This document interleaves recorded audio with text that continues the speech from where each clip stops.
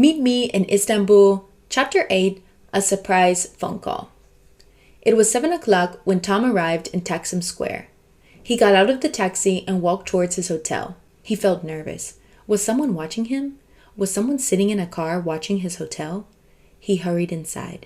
"Good evening," said the woman at reception. "Good evening," said Tom. He took his room key and went upstairs.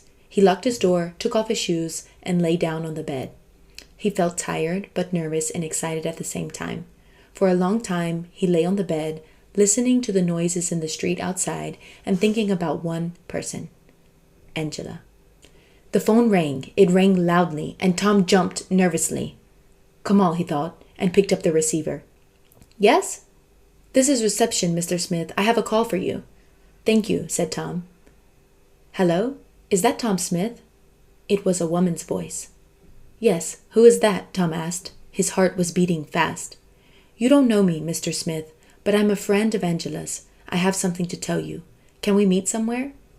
"Who are you?" "My name's Julie. As I said, I'm a friend of Angela's. Listen, I don't want to talk on the phone. Can we meet somewhere?" Yes, sure," said Tom, thinking quickly.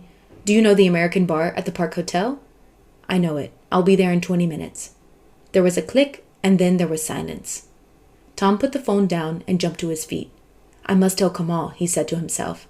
He picked up the phone. "Reception. Can I have Istanbul 368245? Tom waited impatiently. "Sorry, sir, there's no answer," said the woman at reception. "Okay, I'll try later." Tom put the phone down and left the room. There were only a few people in the American bar when Tom went in. He sat down at a table by the window. From there, he could see everyone who came through the door. Tom sat drinking a beer and watching the door.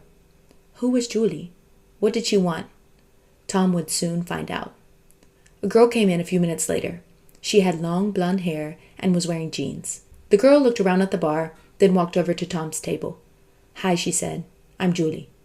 "Hello," he said. "I'm Tom. Please sit down." She sat down. The waiter came over. "Would you like a drink?" said Tom. "A coffee, please," she said.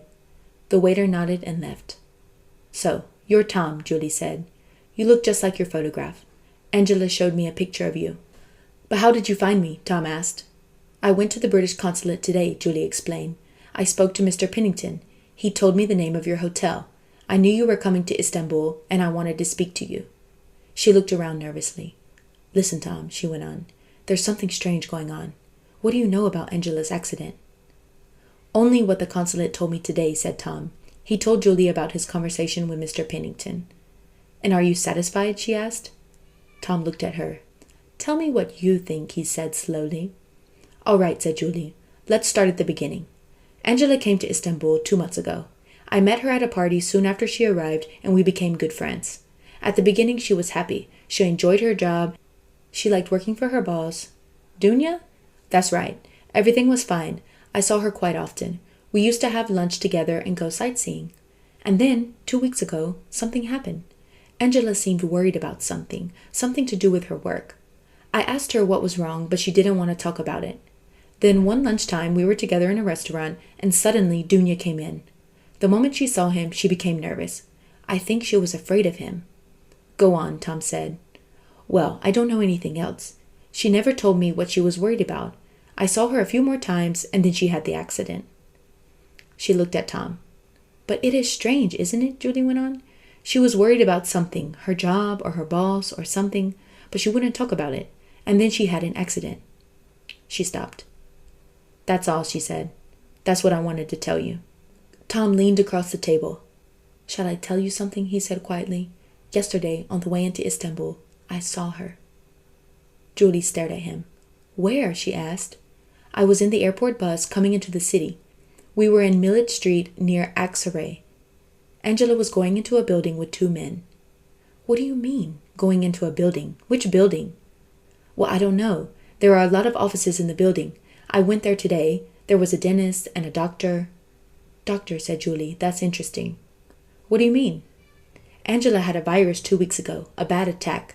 She was getting pills from a doctor. That explains it. She needed more pills or treatment. She was going to a doctor." Tom thought for a moment. "So that's where she was going," he said. "To the doctor's. Maybe I can go and ask the doctor a few questions." Julie looked worried. Be careful, Tom, she said. What do you mean? Just be careful, she repeated. Something strange is happening. It could be dangerous for you if you ask too many questions. Okay, said Tom, but I'm sure Angela is in this city somewhere. She's in trouble. The police and the consulate say she's dead, so they won't help. But I think she's alive. She's in Istanbul somewhere, and I'm not leaving until I find her. That's the end of Chapter 8, A Surprise Phone Call.